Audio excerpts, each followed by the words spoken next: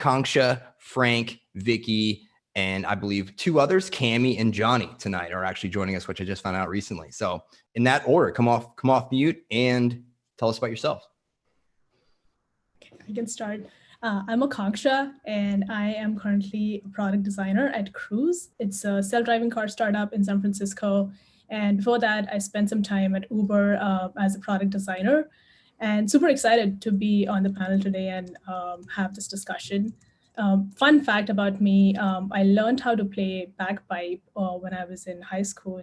The only reason I chose that instrument was because I did not know anyone else who could play a bagpipe around me. So the novelty was interesting to me, but I still suck at it. I can play a few tunes though.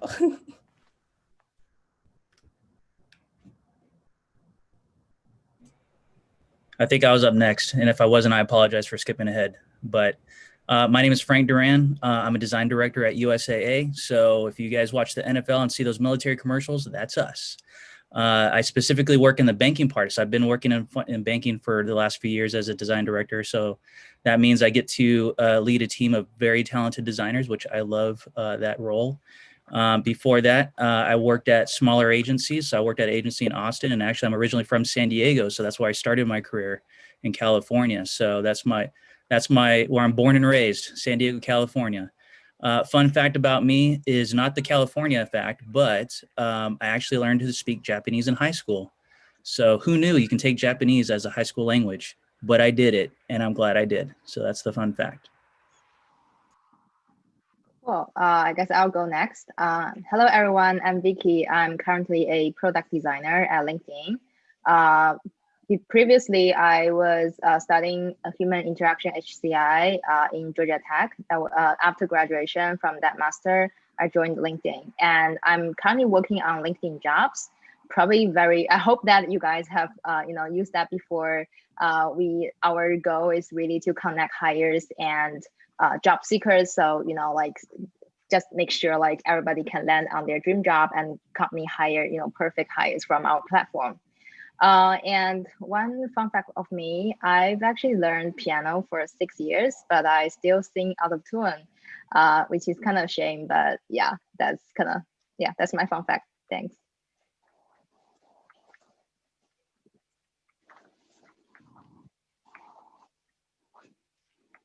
Should I pass it back to you, Casey? Oh, hey, yes. So I want to take a split second because we have two other mentors which will be joining us. I believe we have Cammie and Johnny. You know who you are. Come off mute in that order and tell us a split second description about yourselves.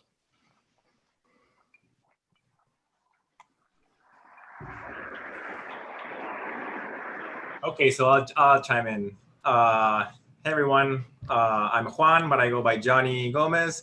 I'm a senior brand designer at Webflow. I am currently living in DC.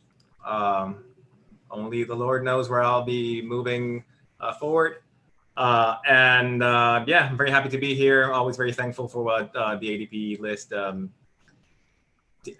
team does. And fun fact about myself. When I was here last time, my fun fact was that my wife fell in love with me when I sang a song from Greece publicly in high school. We've been together for 15 years. And I've been told last time to sing it again live. I won't, and I won't do it again today. But it worked. We've been together for 15 years. So yeah, that's me. Sorry, I didn't jump in ahead. I thought surely it's not me. I didn't know about this ahead of time. Sorry. Cammie Travis Groves. I'm outside of Kansas City. I grew up in California, also a native Californian. I've moved 27 times.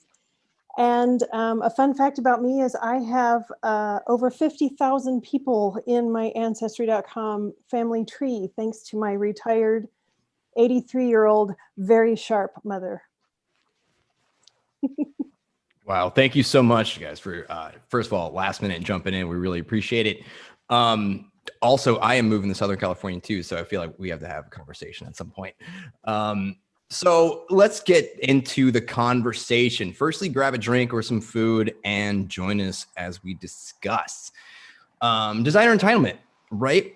Like I mentioned earlier, it kind of comes along, it comes across in certain different ways, ways that I've experienced it, and then I'm going to have the mentors come off mute and we'll open this conversation around it, is that sometimes I even get caught up with ego, right? I think a big part of being a UX designer, product designer, and a creator is that we sometimes feel like we know best, right? So let's start that conversation. Who wants to jump in? I would love to. Hey, how's it going? Akanka, you want to go first? Oh, we actually have somebody that's off of mute. There we go. All right, fantastic. Sorry about that, Kimmy. Jump on in. No worries. It has been my experience that entitlement never serves the designer very well. For me, it comes from a place of scarcity and lack, which has a base in fear. And when you operate from a base of fear, it kind of ripples outward. And the counter to that is to operate from a base of love and look for all of the things that you do have. And that starts with gratitude. And that will serve you far better in a work environment than entitlement ever will. Hey, Cammie, can I add on to that? So a yes and basically, because I love what you're saying about resetting yourself, right? And I have found early in my career being in client meetings where ego was engaged. That now I know, hindsight being 2020, that ego was fully engaged. Yep. And that added to my own personal frustration in these meetings and these situations. So actually, me allowing my ego to engage was bad for me emotionally, right? So it made for a bad work environment for me.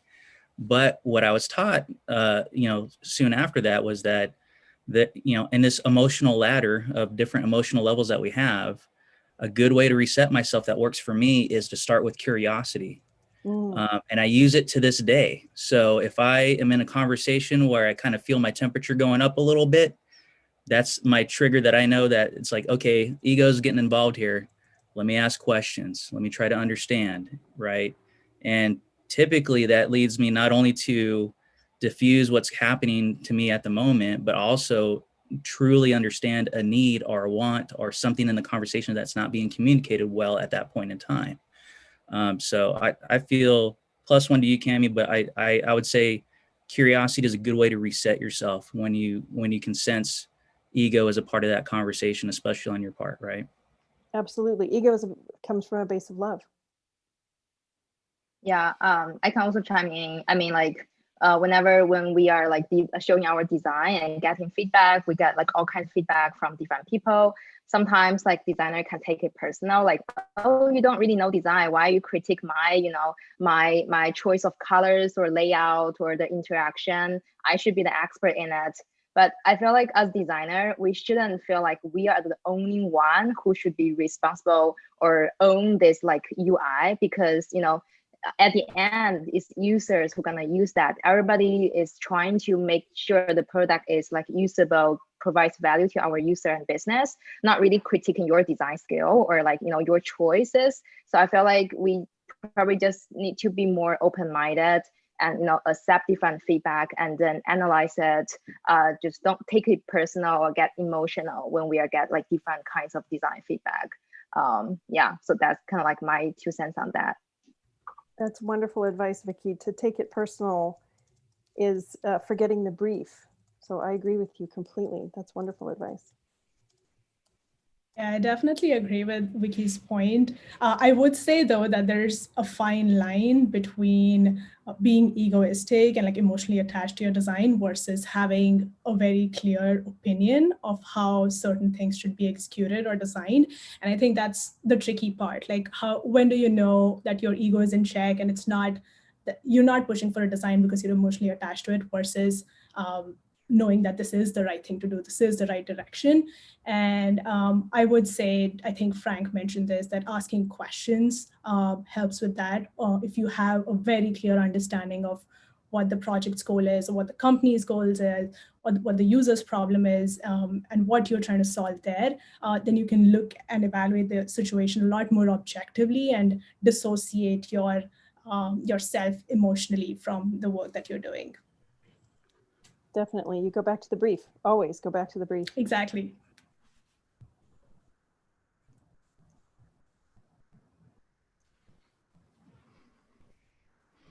Any more thoughts on ego? I know there's more people who have opinions in this group. Sure. It definitely goes back to that classic saying of check yourself before you wreck yourself. And I fall in line with that, right? You know what it's from. There's been moments where it's just because like sometimes, and I'm going to play devil's advocate here, is that I find myself sometimes as the box of 120 crayons, right? When my client might be the box of 8. So my problem solving skills are beyond what they're capable of normally, but I have to take a step back and realize, they are paying me, they are making judgment calls based on their wants and needs and business goals. And I have to find that balance and take a step back and check myself so that I can make real proper judgment calls and deliver them the solutions that they really want and need. That you bring up a good point, Casey. And I think that's another way to get over those ego moments too, is to be the facilitator that we should be as designers, by the way. So keep in mind that our roles as designers is that we are facilitators in this thinking process. And what I heard from what you just said, Casey, is that we oftentimes have a larger skill set and many tools in our toolbox to deploy that our partners, business partners, legal folks, whoever we're talking to may not have that. And so, that's a good opportunity for us to be that facilitator, to make that translation, to say, hey, this is what my intent and my meaning is. What's your intent and meaning? And let's try to meet in the middle there. And so I think that, it does lend a little bit into my point earlier about curiosity, but it also helps you not pay attention to ego as much as like, hey, let's try to meet in the middle somehow and actually speak the same language, which is the facilitation reflex, right? We should all be practicing. There's a really good way to, and I've done workshops for resolving conflicts like that, where voices start to get raised, emotions start to, get a little bit out of control. And as soon as you hear a voice being raised, you know that someone, and it might be you, is not feeling like they're being heard. And a lot of times all it is identifying the emotion that you see. It's like, well, I think I'm getting a little frustrated. You sound a little frustrated. You include yourself in it.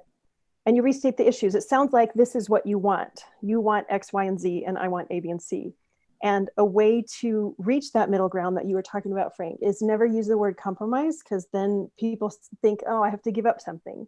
But if you say, what is something that we both can agree on? What's a solution that we can both live with? Exactly. And that simple formula. Agreement is the key word. Yeah. Agreement. What's something that we can all agree on? And that's a good way to unplug your ego out of it, because you're going back to the brief, you're restating what they want, you're restating what you want, so they then understand. And if you get it wrong, they'll let you know. But that's a good place to start. Yeah, totally. Plus one on that. I think this is a really good mindset.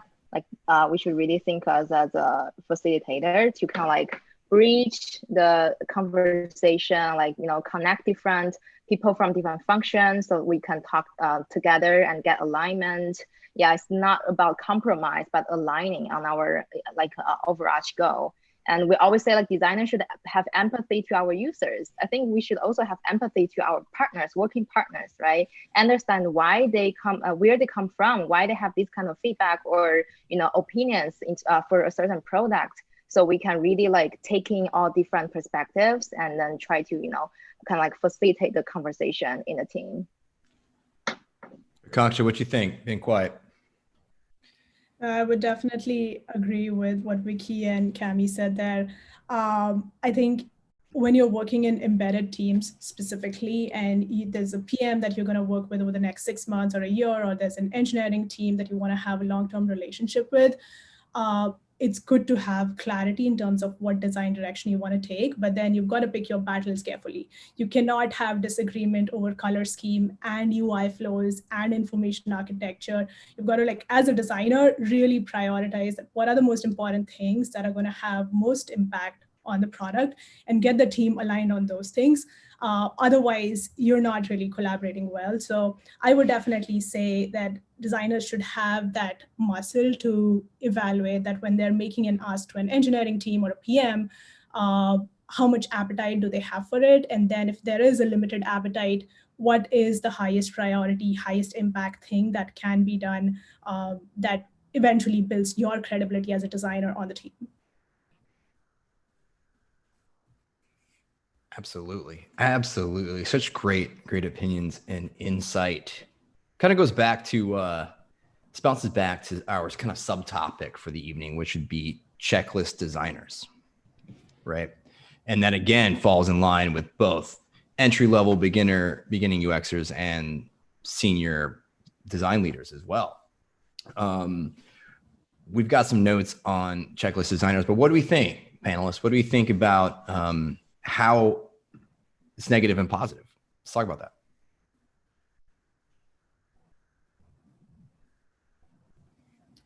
I'd say the good thing is when I talk to a lot of junior designers or people who are aspiring to break into the design industry, I think because now everyone tends to share a lot of their experiences, either in the form of like Medium articles or tweets or blogs, there's a lot of like material out there that you can use as a reference to make your way into the industry. So I think that is super helpful. Sometimes there's a few things that people tend to cling to, and I think that's what kind of puts them in a box when they think of the design role. One of my observations that I've had from talking to these junior designers and people who are aspiring to break into the industry is they prepare 2 or 3 projects, and they always keep preparing and refining those 2 projects because they know the interview process is only going to ask them for 2 projects. Now, I think that's a great approach because you want to get that job. At the same time, I would say when you're thinking of yourself as a designer, look at your skill set holistically. Your skill set is not about preparing one project and showing that. Your skill set is about understanding user problems, coming up with different solutions, taking a direction and presenting that. So I would say checklists help in some way, but people should not stick or overcling to these checklists. Yeah, totally. I just reflect back when I just graduated and trying to prepare my portfolio and resume. I wasn't really sure, because there are skills that are very tangible. I know I need to have, I need to be able to create a UI, and know how to prototype, how to use different tools to deliver the designs. I think those are really tangible. Even some research methods that are also tangible skills. It's easy for people to say it and show it in their portfolio and resume, but they're also a large part of soft skills that it's hard for me as a student at that time to understand how to gain those skills. How could I develop my business skills, develop my storytelling skills, communication skills, working with different people from different background and function. Those are soft skills that I didn't really know how to learn that, and I didn't know how important it is for a designer when enter the real industry. So I think that's it's good to have a checklist, but some skills on the checklist, those soft skills, it's really hard for as a junior designer to self-assess. Do I really have those skills? Am I really qualified to check those skills? Yeah, I think that's also something challenging. Even now, I don't know, I've been in industry for a few years. I could do some self-evaluation based on my past experience, but I also curious how we can help junior designers to assess whether they are qualified or they have those skills ready for the industry or any design jobs. Let's really quickly just take a step back. I've again seen a few questions in the chat about what a checklist designer is. So I'll just describe it in layman's terms and we'll move on from there. A checklist designer is a designer both, again, entry level coming into the field for the first time, graduating, or even a senior who has a split list of things that they want to check off in their portfolio, in their resume, and they are applying for jobs, let's say, right? Let's make this circle back to designer entitlement. And Frank, you teach a UX bootcamp, so you could probably jump in on this. The mentality that I've seen coming out of boot camps and immersive courses has been in the last, you'll take a course for a specific amount of time, and then when you get out, you're ready to apply for jobs. And I feel like there's a lot to discuss here. First of all, there's a lot of points of view, right, and perspectives with this. I believe that immersive course and boot camps are a great way to start and get into this field and industry. And for that, I'm appreciative. But at the same time, it also,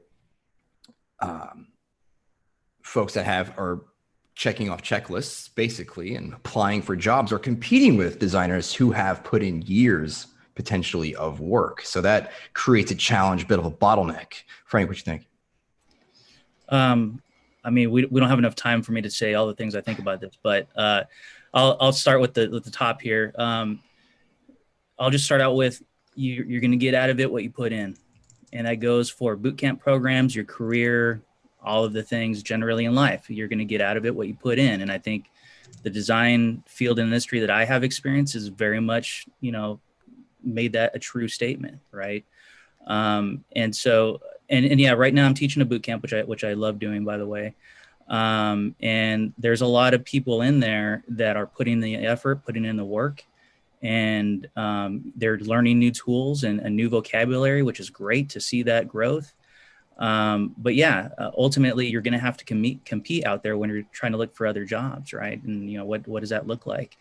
The thing that I've seen a lot, and a question that I actually get from designers that I work with, trying to, even get positions or get promoted and things of that nature, there's a lot of focus on what you're doing and not a lot of focus on how you're going about it.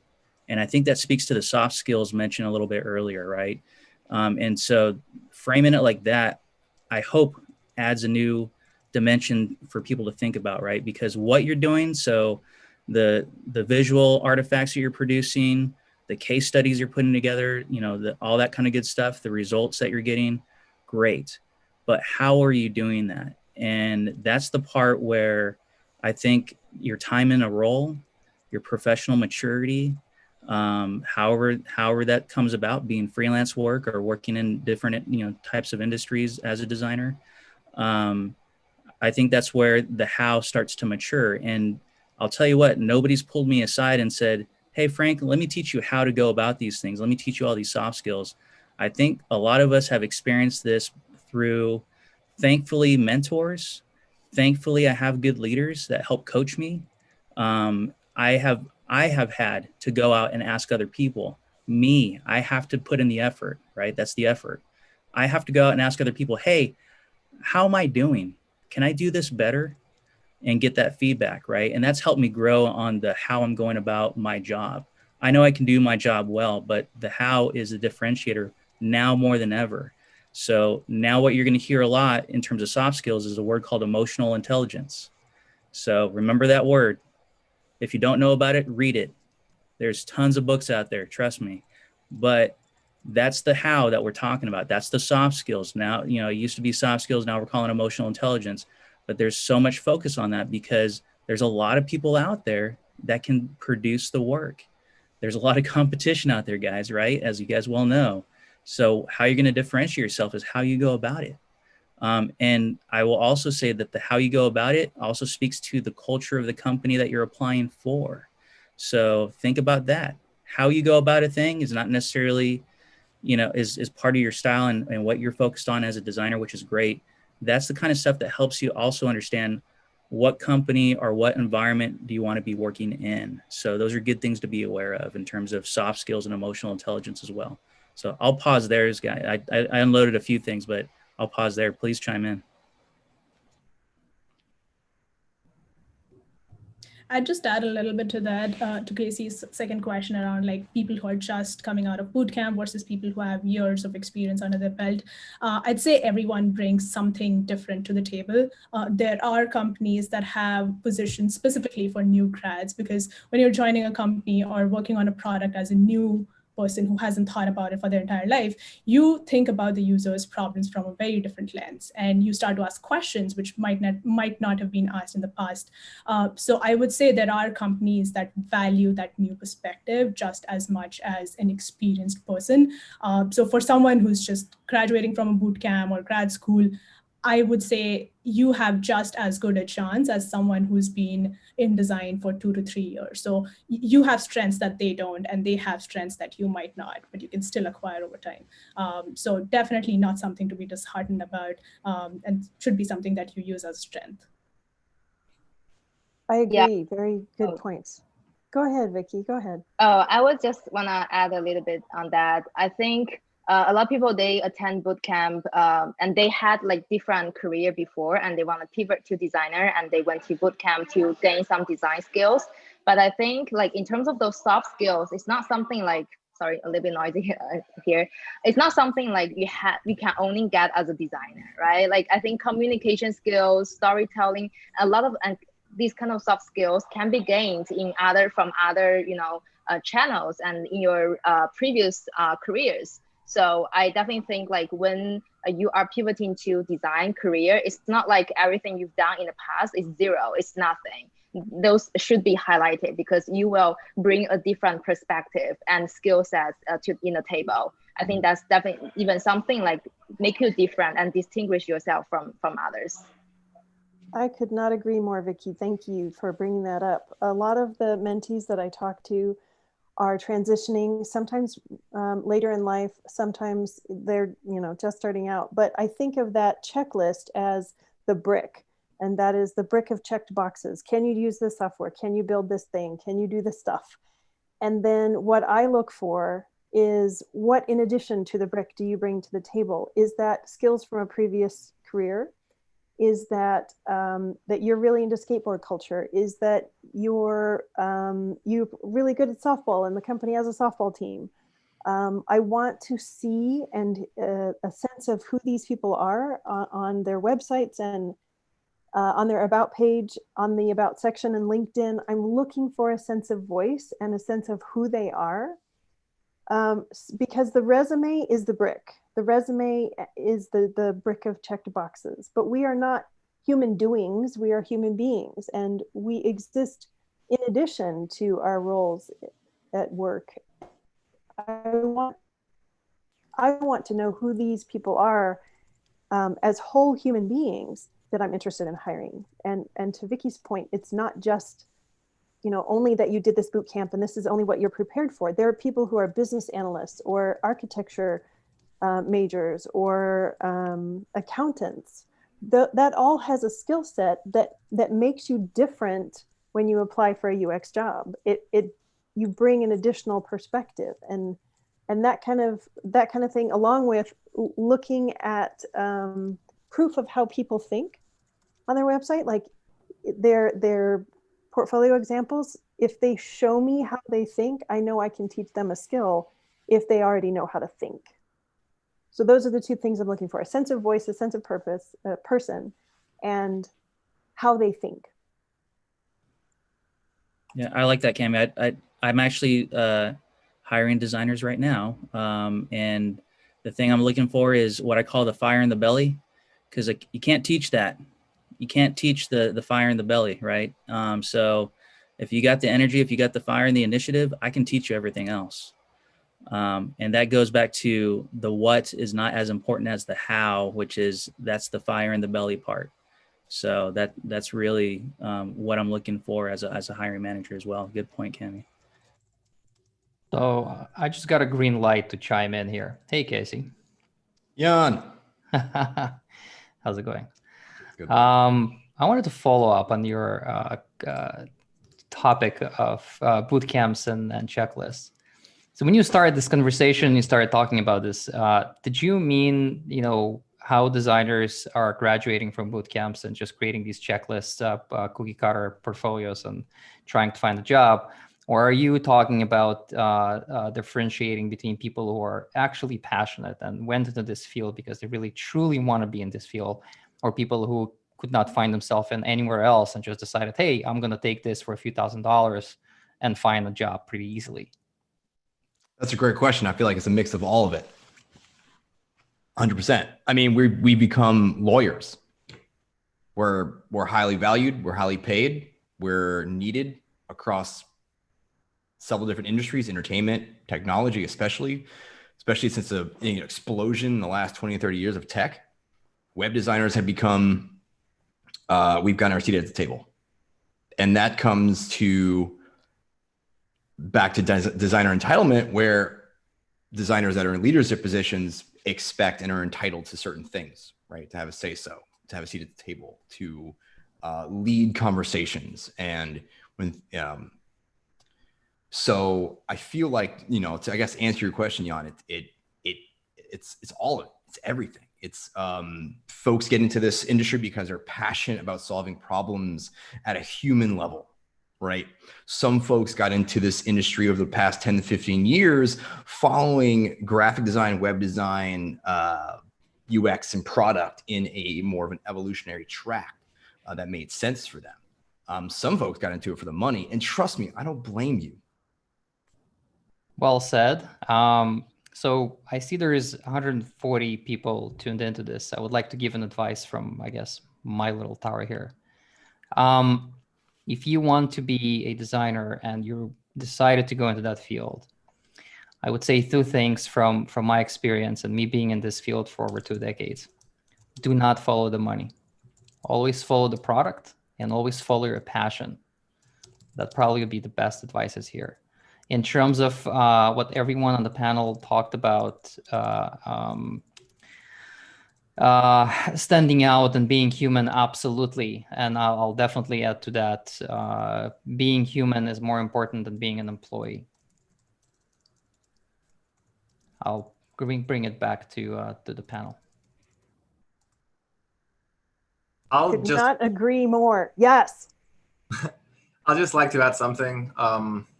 Like lately, it's kind of like going to back to what Jan said, and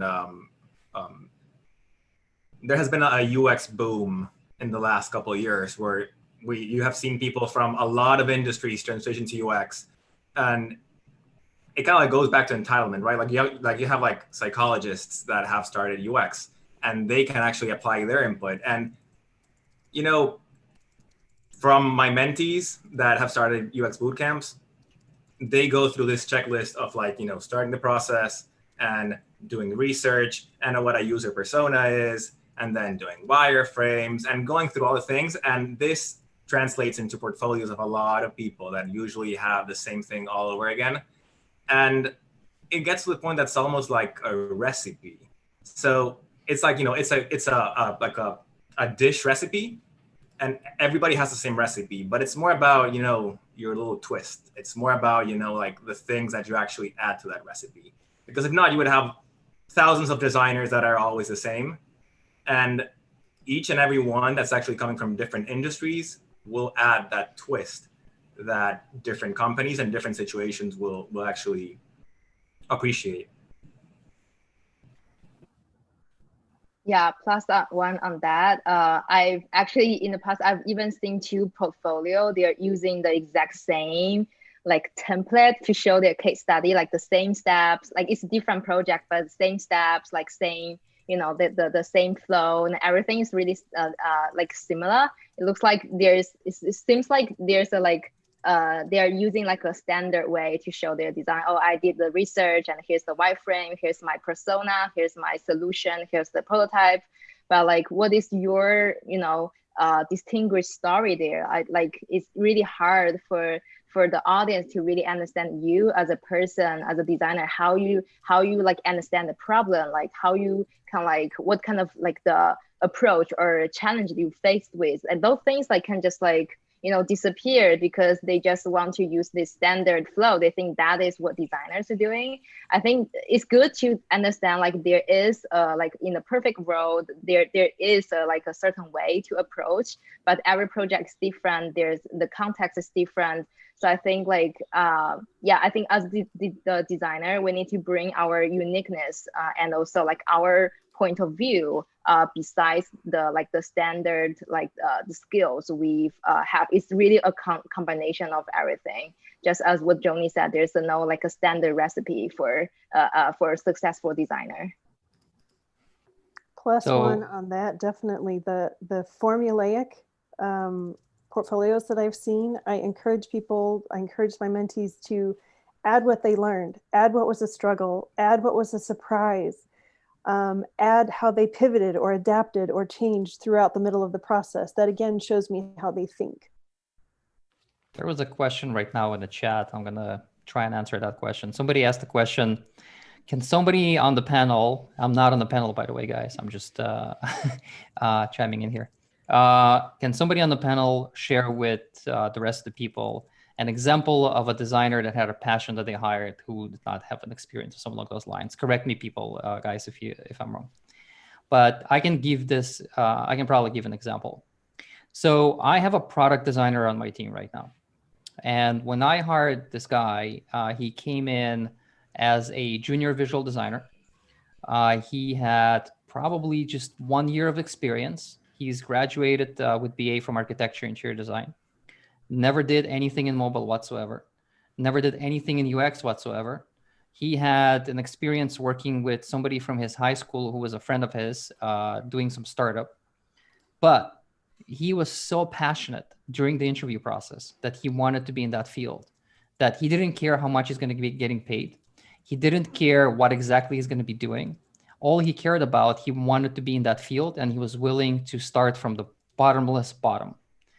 And this guy in our company right now for over, I think it's a year and a month now, he rose from junior designer all the way to product designer in a year, changing his title 3 times and raising his salary 3 times. Why? Because he is talented, he is passionate, and he's absolutely in love with that field. So that's an example how you show your passion and you show that you really want to be in this field. That's a good point, Jan. I saw that comment earlier, a question, and I wanted to bring it up. You can't teach passion, though. Passion is basically inherited, right? So that's a bit of a challenge. So in actually my personal experience, I've come across a UX designer out of a immersive course that was not passionate about the field and was not necessarily talented. So that was a big of a struggle for me as a senior and lead on a project, a very large sum government contract. And that's has been one of my biggest challenges, I think, in my career so far. Anybody else? Akanksha? Yeah, I recently had an experience where this is interesting because I was sharing a design with a user, and after the user testing session, the user asks me, how do I become a designer? I'm interested in design. I want to do what you just showed me. And I said, you can go down 2 routes. You can have a formal degree. I have a degree, or you can just start doing side projects. And I think about 5 months into it, they got back to me with a portfolio, a slide deck, with a couple of products redesigned. And I think they're still in the process of finding a job. It's not a success story yet, but I feel like they're just on the right track. They did not have a formal education in UX or graphic design or any kind of art school background, but they were just passionate about it. They saw someone doing something. They asked me questions about what kind of tools I use, what process I follow, how I do product design. And then they started doing it on the side. This was not even their full time. So I would say side projects, again, play a big role. If someone's passionate about it, they would have side projects. So that's, again, another way of differentiating and adding more personality to your work. If there's anything that you're interested in that is not a part of your full-time job, work on it, because that's what will help you differentiate and even make your way into a new industry. Yeah, I have really similar stories that I can share. It's not my personal story, but actually there are 2 designers on my team. They pivoted their career in LinkedIn. So one is a design recruiter. She's really passionate about design, but she recruited a lot of designers, and she personally became really interested in design field. And she talked to designers, and she self-learned a lot of the design skills. And she applied an internship as a design intern at LinkedIn. and then finally transit into a full-time designer on our team. And she's doing amazing job because, you know, she's a recruiter. She can bring her point of view when designing our like LinkedIn jobs product. She can like have like her personal view, which, you know, like is really like unique for her, right? Because we don't really have this background. So that becomes the plus for her. And another story is, I think another designer, she was a product marketing manager, and she worked with designer a lot before at LinkedIn. And while she like working with designer, and she got to know what designer is doing, and she felt like she actually have the same mindset to, you know, she really want to solve user problems. So she realized she has this passion, she has this interest. And again, like similar to what Akansa said, she started doing her side project to gain her knowledge and skills in this field. And then she successfully transited into a designer. It actually took her 1 year to learn the skills and transit. But now she became a designer here, and she's also like doing a really great job on the team. So I would just want to say, like, there are a lot of opportunities, even with your own company. If you see opportunities, you can, you know, grab those opportunities because you have the resource and you have the people to talk to, and it's in the same company, right? So it might be easier for you to pivot and, you know, to try something else. Yeah. That is such a good point.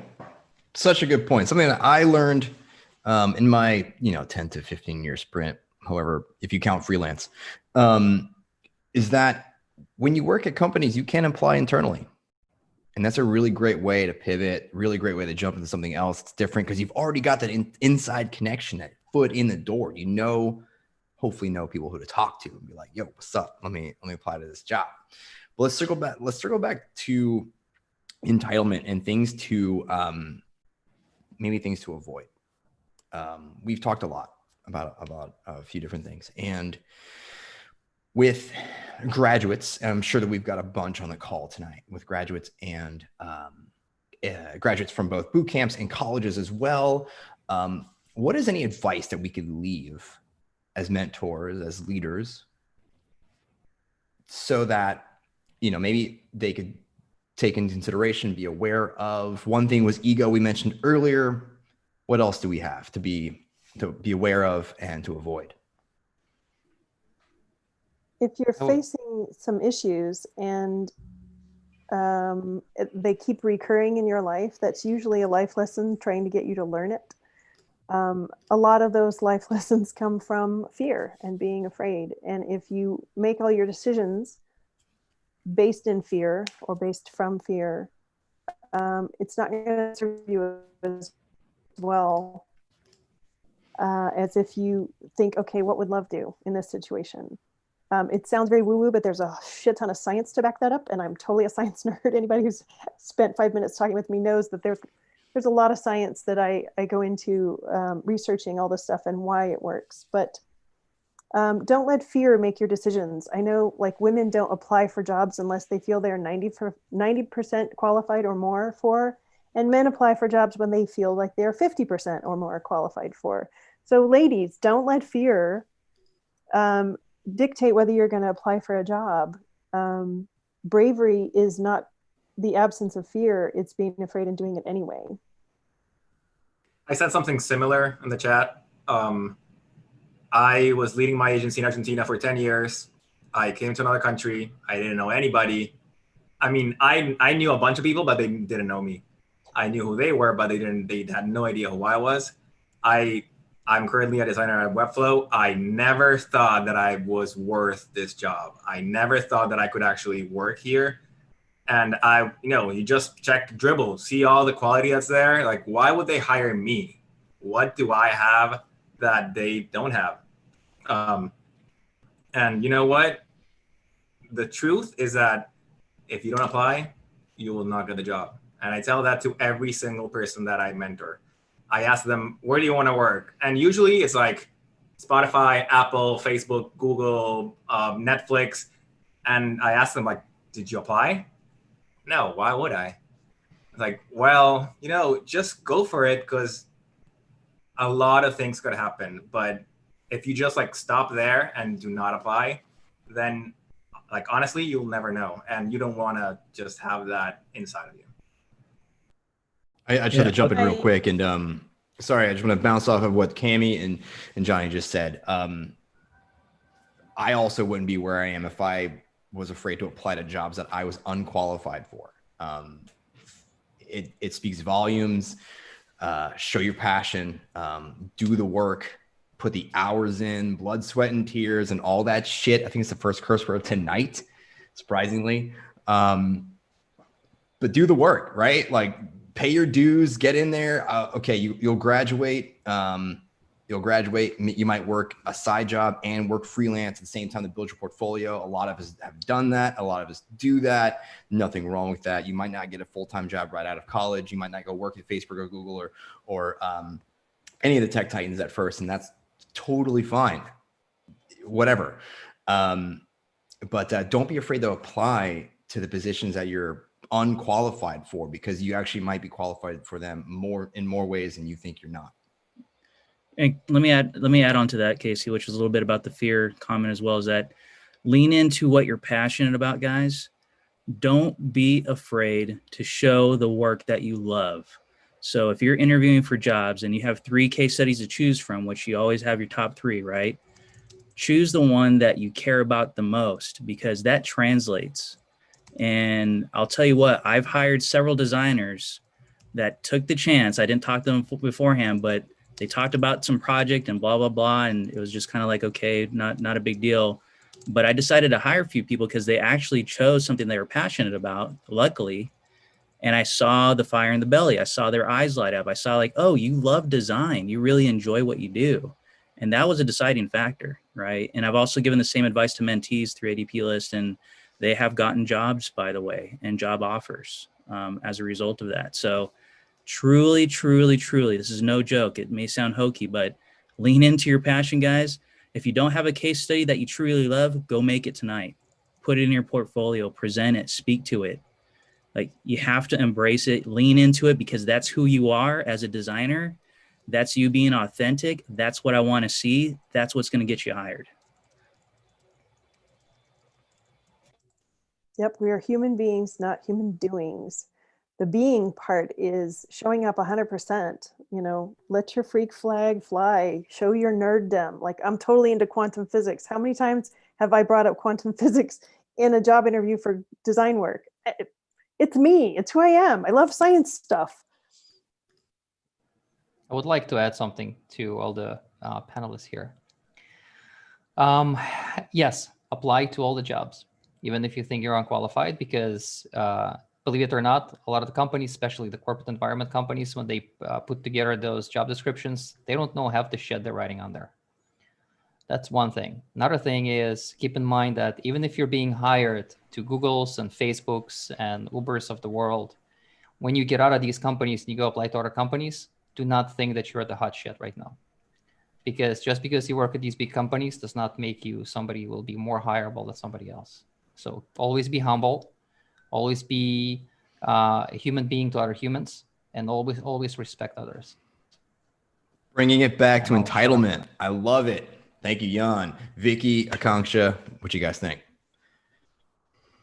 Yeah, I really resonate a lot with, like the entitlement, like how, I think especially when I was looking for a job as I just graduated, I felt like, oh, I'm not qualified for any job because I don't have any past experience, I just a new grad. But then I realized that when you are a new grad or you just came out of boot camp, people won't expect you to have past experience. So never feel like you don't have anything, like you're not qualified. You should, make a different company, by seeing your background and past and your background and the stage you are at, company will set different expectations. So never feel like you are unqualified. If you are a new grad, treat yourself as a new junior designer. You just enter the world, you have your fresh point of view. So you have your uniqueness that experienced designer can never replace. So, even when you join a company, you should never, fear of speaking up because you are new, you are young, you are the most inexperienced people in the meeting room, because your opinion will be valued because you bring something that people, the rest of the group won't be able to think about. They've been in industry for too long. Sometimes they have blind spots. So, you know, you always have your uniqueness. So never feel like you are unqualified. Yeah.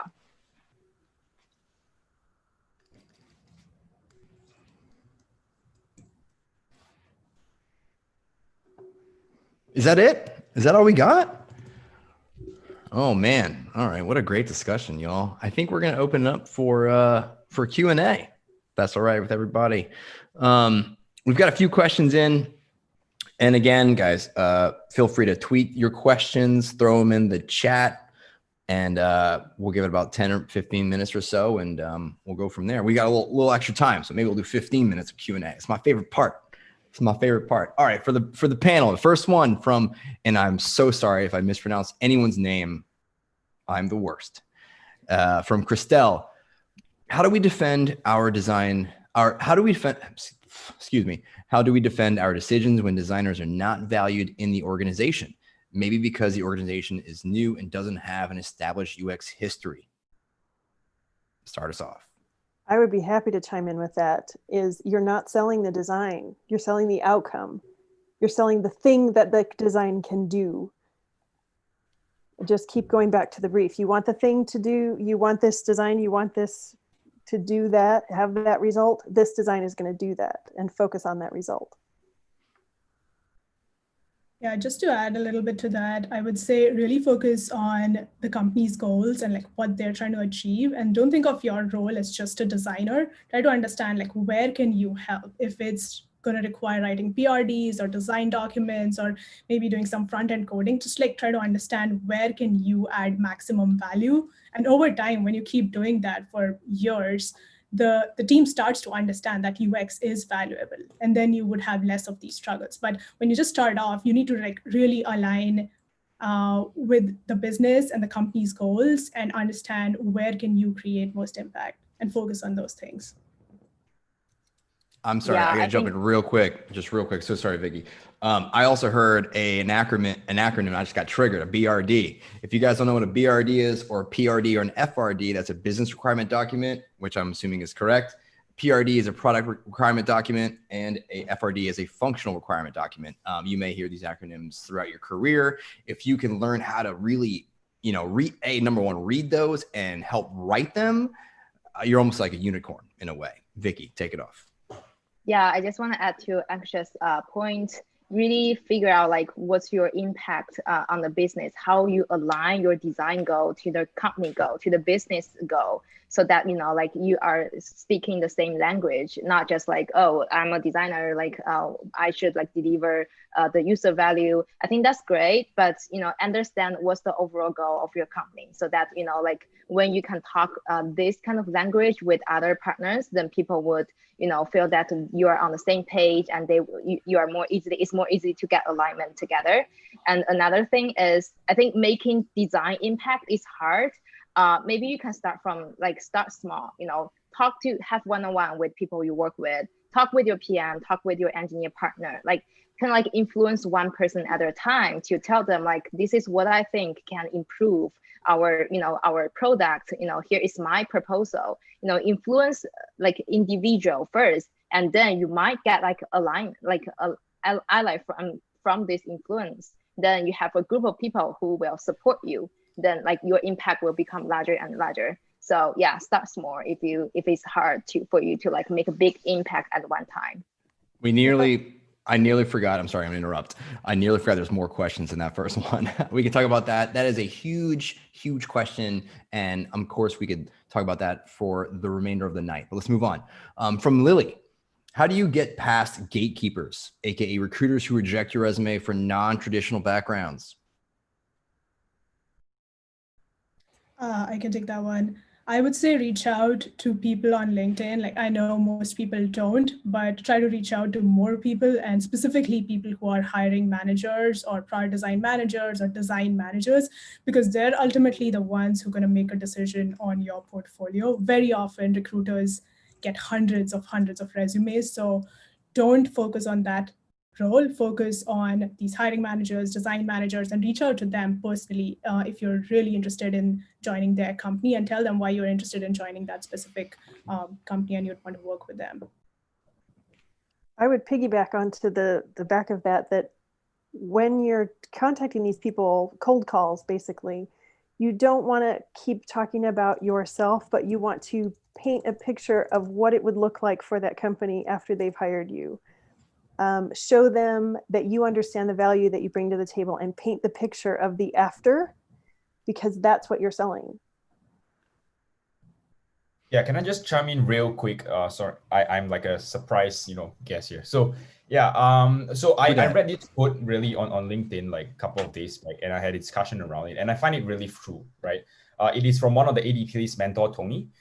He was having a conversation with Jay, one of our mutual friends, and what they say is that, if you ask for a job, you get advice, and if you ask for an advice, you get a job, right? And I think that is particularly true in a lot of cases, and I really want to share this on the last after hours, because a lot of people come, they ask for jobs, they end up getting advice on how to get a job, right? But when you ask advice, people don't just see that, hey, this guy is here to ask a job. He's here genuinely to learn. And people want someone like that in their company. They want someone like that in their organization. And one of the things that I've learned, fortunate enough to learn early in my career through a mentor, and he told me this, it stuck with me till date, right? And I hope that, every junior designers or designers here can learn, is that if someone is willing to spend their time with you, they're more than willing to refer you a job.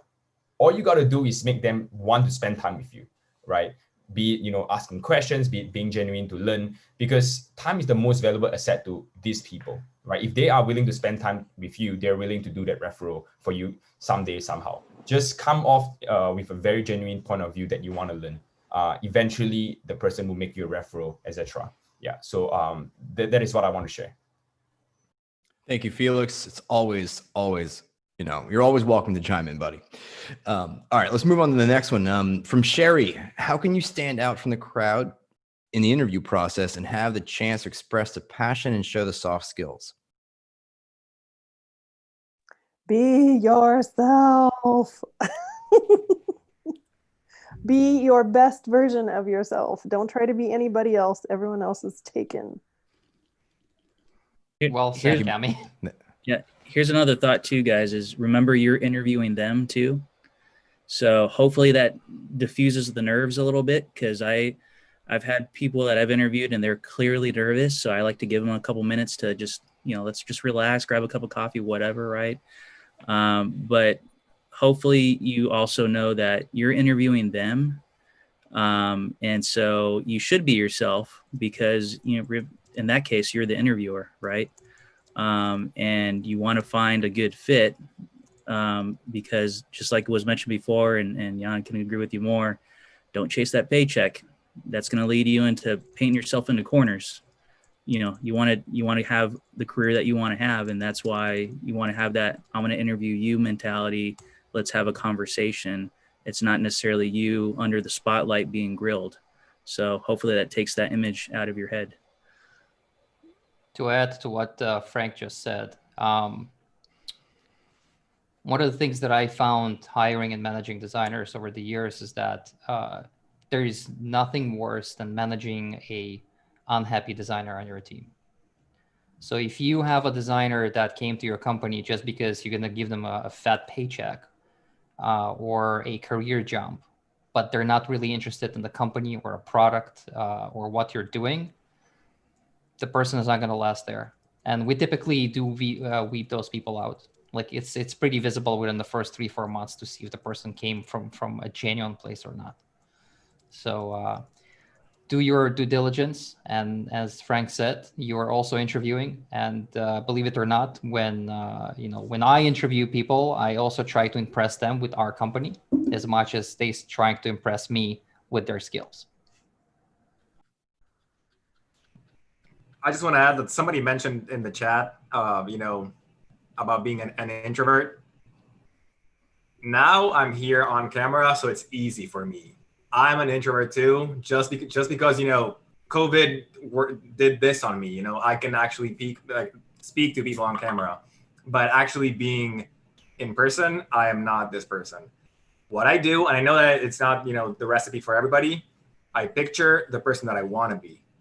And that's exactly what I do at conferences. I go to conferences and I'm like, I go there by myself. I don't know anybody. And I think like, okay, I'm going to be this guy and I'm going to stand in a group and just strike a conversation or just, you know, just like join a conversation and just go with it. And I would never do that and just like take a deep breath, 1, 2, 3, and I go. And it's like a mental image of this is the, let's say like, this is the Johnny that I want to be. And I just go for it. And it's hard. And it took me a long time to actually get there. And I'm still, you know, I'm still trying to get to that ideal Johnny. But, you know, I feel like that helped me a lot. Thanks for chiming in there, Johnny. Showing that vulnerability. Absolutely. More than half the population are introverts. More than half of creatives are introverts. It's okay to say, hey, I'm introverted. And maybe I'm a little bit nervous. It's fine to say that. That's still your best you. Cami, you're right. You don't have to be me. You don't have to be the loudest voice in the room. It's totally fine. So this is the last one, I think, from Patricia. It's a big one. It's got a lot of comments in the chat. So let's go with it. How do you break what I call the quote unquote checklist glass ceiling? It seems that your resume is passed if you don't have the numbers, is passed on if you don't have the number of years of experience or the list of hard skills listed in the job description. How do you get the attention of a company that you would love to work for? I can take this one. You keep on knocking. And what I mean by that is you don't give up. So a lot of you people probably don't know, I was born in Soviet Union. The country doesn't exist anymore. Now, in Soviet Union, there was a saying, if somebody is pushing you out the door, climb through the window. If somebody pushes you through the window, climb through the little hole, right? It just essentially meant that just don't give up. If you truly, truly want to be a part of a specific company or a product or a team, or whatever the case is, you just keep knocking. You knock through the team members, you knock through the manager that's hiring, you knock through recruiters, you knock through other people in the company, but you keep knocking. Eventually, you will walk through the door. It might take a year, it might take 2, it might take longer, but you will walk through the door. I have a friend that eagerly wanted to work for Apple for years. And he spent about 4 or 5 years building out his career, experience, and so forth, applying for jobs at Apple every single time there was an opening for his position. And what do you know? 3 years ago, he moved to California to work for Apple. Just keep knocking. Yeah, and it totally. And in addition to that, engage in design communities like this one, like ADPList, 100%, right? So I typically call all the designers in our design community and industry my design family, because family supports each other. And that's what I've experienced with engaging in design communities. And there's local events that are now all on Zoom now, obviously, but events like this in ADPList, before we were, under quarantine during COVID, there's 250 designers that work at USA. All of them engage in local design community events. And so you talk to people, you get to know people, you network the good old fashioned way, right? In person. Now let's do it on Zoom, right? So engage in design community, embrace the design family, right? It's going to show you love 100%. You know what? I want to jump on that real quick. For both what Frank and Jan just said. I've got a good friend of mine who leads engineering at Stadia at Google, and he applied, I think, a dozen times and interviewed 20 something times over a course of several years to land at Google. It's possible. Again, what Jan said, keep knocking, be the squeaky wheel. And what Frank said, we are family, we are connected. You never know who knows who, right? Like, talk to everybody. You can network remotely. COVID kind of put a bit of a barrier in front of us as far as getting to know each other personally and in person, but we still have the ability to reach out to folks, and we're connected. I think design, it breaks down barriers. if it means anything, Webflow has hired a lot of people that were always there, always active on Twitter, always commenting. So it almost like you've never met them, but they're like part of your community. Mhm. And then the first time you actually see them is that, it almost feels like you've known them forever, because they have liked every single post, they have commented, and you've got to have, almost like, like interesting conversations with people that you've never met, but they have been always there. And then eventually, when you're considering like who to hire, like, this person is passionate. He has been there forever. She has been there forever. They have been there forever. So that sort of presence is, it's very, very valuable. I would definitely +1 Twitter. I recently saw someone from Stripe retweeted where a candidate had reached out to one of the employers, and they just genuinely expressed their interest in the company and what they could bring to the table, and they got the job. So I would say, if you're genuinely interested, you'll find a way. Don't be afraid of cold emails or sending messages to LinkedIn on people you don't know. That's totally fine. People generally want to help. And if you show your passion, they would want to hire you.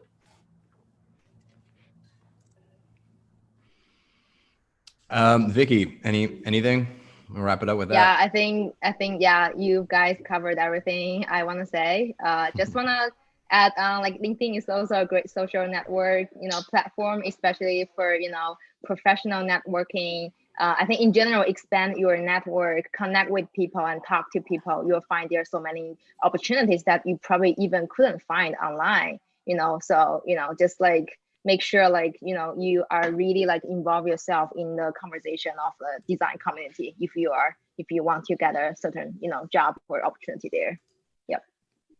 For LinkedIn, I would also say, like, anybody who's on this call, connect with me, but don't just like send me a connection request. Say, hey, I was on that call with ADPList tonight. So I have some idea of where you're coming from, because, I get, so many of those. I'm like, I'm sorry, I don't know you. I don't know the connection we have. But if you remind me, oh yeah, we're part of the ADP community. Oh, heck yeah, I'll say yes. So many great points of advice.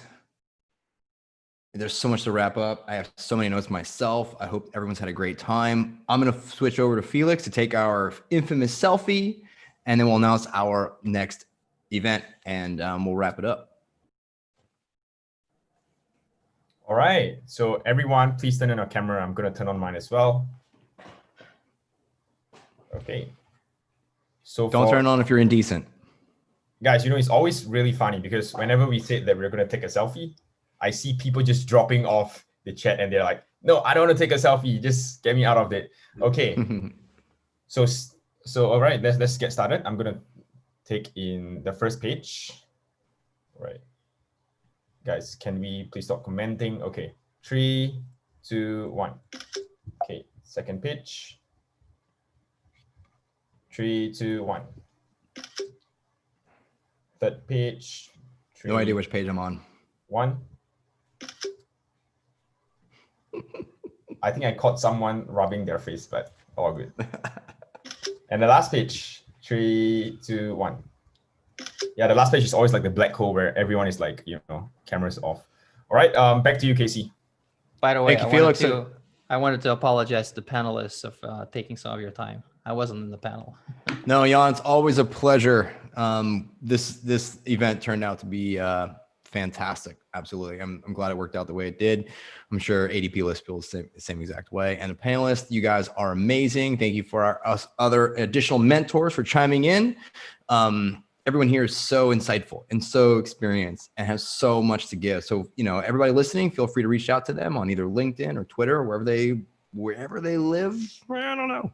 But also to end up 2020 with something special, and to thank all of you for continuous support. We've invited Jerry and Jonathan from Uncensored to join us at our last event of the year on Wednesday, December 16th. Round of applause. At 9 p.m. Eastern time and 6 p.m. Pacific time.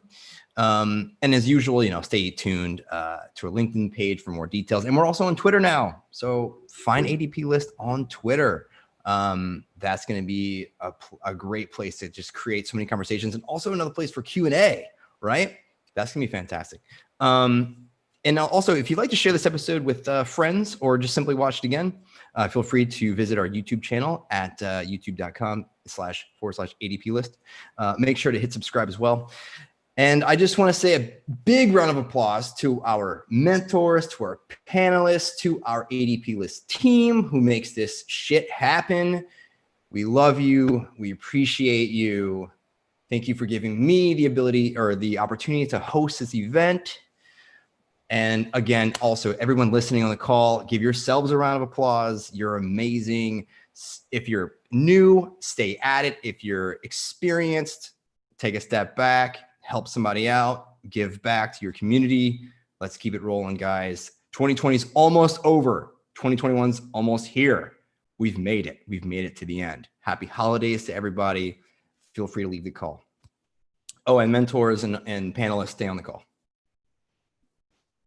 Thank you so much. I'm gonna get another drink. Hell yeah.